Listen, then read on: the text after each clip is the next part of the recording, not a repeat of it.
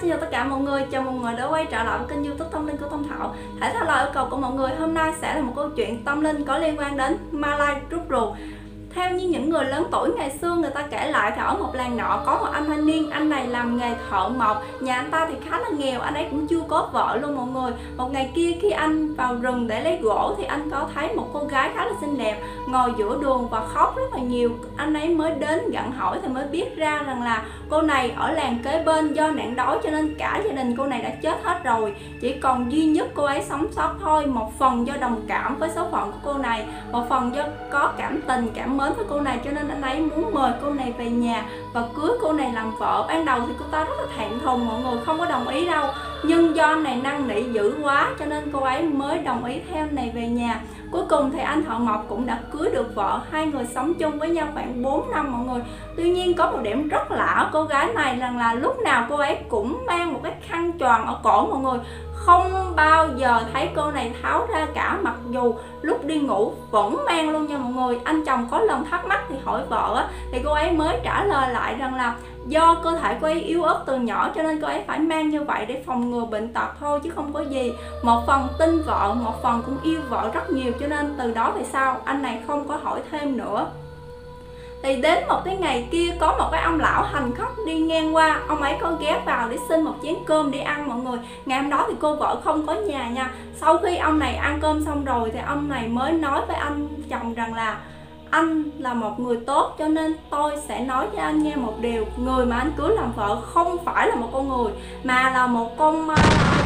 Anh này quát lại, ông nói bậy, vợ tôi là người mà tại sao ông lại nói là một con ma lai, ông muốn chia cắt vợ chồng tôi đúng không? Ông lão vẫn nhẹ nhàng và nói lại rằng là tôi không nói bậy, nếu như anh không tin tôi, anh có thể giải thích tại sao lúc nào cô ta cũng mang một cái khăn ở cổ hay không? Thì anh này đang còn rất tự tin trả lời dõng dạc lại rằng là do cơ thể cô ấy yếu ớt từ nhỏ cho nên cô ấy phải mang như vậy để phòng ngừa bệnh tật, có gì là sai đâu. Ông lão phá lên cười và nói lại với anh thanh niên rằng là lý do mà nó lúc nào cũng mang cái khăn như vậy là nó muốn che đi 3 cái chấm ở cổ của nó. Bởi vì ma lai mỗi đêm sẽ rút đầu và ruột của nó ra để đi tìm thức ăn. Thức ăn của nó chính là phân. Người nào mà bị nó ăn trúng phải phân thì sẽ đột nhiên lăn đùng ra chết, không rõ nguyên nhân và cũng không bị bất kỳ một cái bệnh tật nào cả. Nếu như anh không tin tôi, tối đêm nay anh hãy giả vờ ngủ sai và anh sẽ thấy lời tôi nói có đúng hay là không. Nếu như tôi nói sai thì anh có thể đi đến cái miếu hoang ở phía sau làng và lấy đầu của tôi.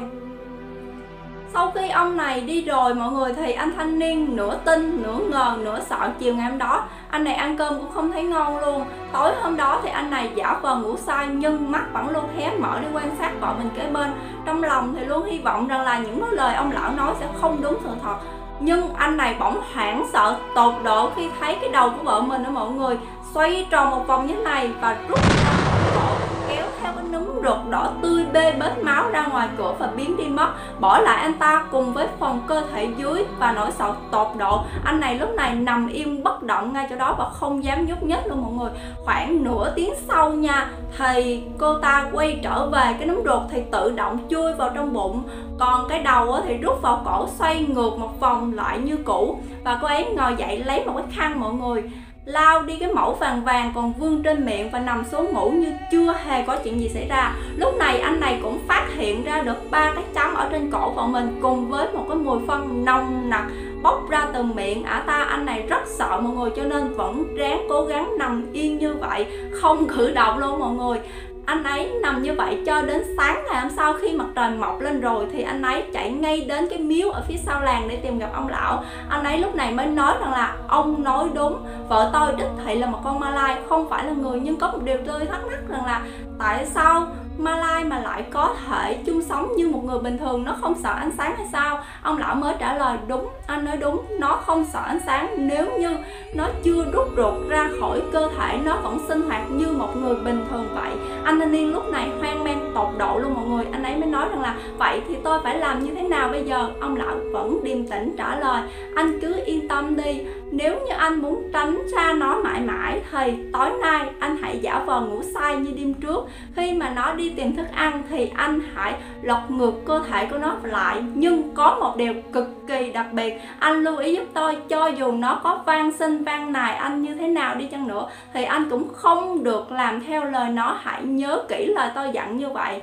Tối ngày hôm đó thì anh này cũng giả vờ ngủ say như đêm trước mọi người. Thì nó cũng rút đầu và ruột ra để đi tìm thức ăn. Sau khi thấy vợ mình đã đi xa rồi thì anh này ngồi dậy lật ngược người vợ mình lại. Thì sau khoảng nửa tiếng sau, cô này đi về, rút ruột và đầu của mình vào mãi nhưng không được. Nhìn xuống thấy người của mình bị lật ngược rồi mọi người.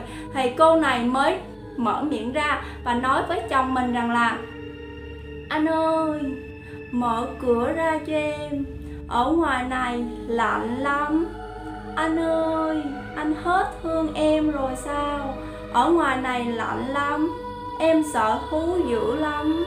Mặc dù rất thương vợ mọi người và cũng rất yêu vợ luôn, nhưng anh này cùng với nỗi sợ tột độ cộng thêm với việc lời ông lão căn dặn rất là kỹ như vậy, anh này không có gan để ngồi dậy lật ngược người vợ mình lại, cho nên anh ấy vẫn nằm yên bất động như vậy cho đến khi trời sáng mọi người.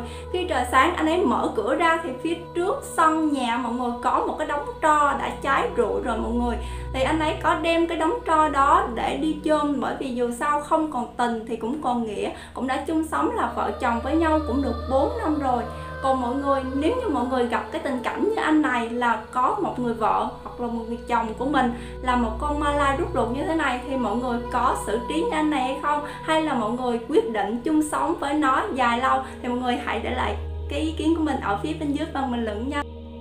Ok, và đó là câu chuyện về ma lai rút ruột mà Thảo muốn kể với mọi người trong video ngày hôm nay. Còn mọi người thì sao? Nếu như mọi người có câu chuyện nào của riêng mình mà mọi người muốn Thảo chia sẻ trên đây thì mọi người có thể gửi vào Facebook hoặc vào email của em nha. Còn nếu như mọi người cảm thấy video này hay, nhớ nhấn like, chia sẻ và đặc biệt là nhấn cái chuông bên dưới để nhận được thông báo của Thảo ra video mới nhất nè. Và clip của Thảo cũng xin khép lại tại đây. Thảo rất cảm ơn vì mọi người đã xem đến hết clip nè. Và bây giờ Thảo xin nói lời chào thân ái và hẹn gặp lại mọi người trong những câu chuyện tâm linh tiếp theo. Bye. Đừng quên nhấn like video và hãy nhấn đăng ký kênh nếu như mọi người chưa đăng ký để đón xem những video mới nhất của Tâm Thảo nhé. Còn bây giờ xin nói lời chào thân ái và hẹn gặp lại trong những video tiếp theo. Xin chào.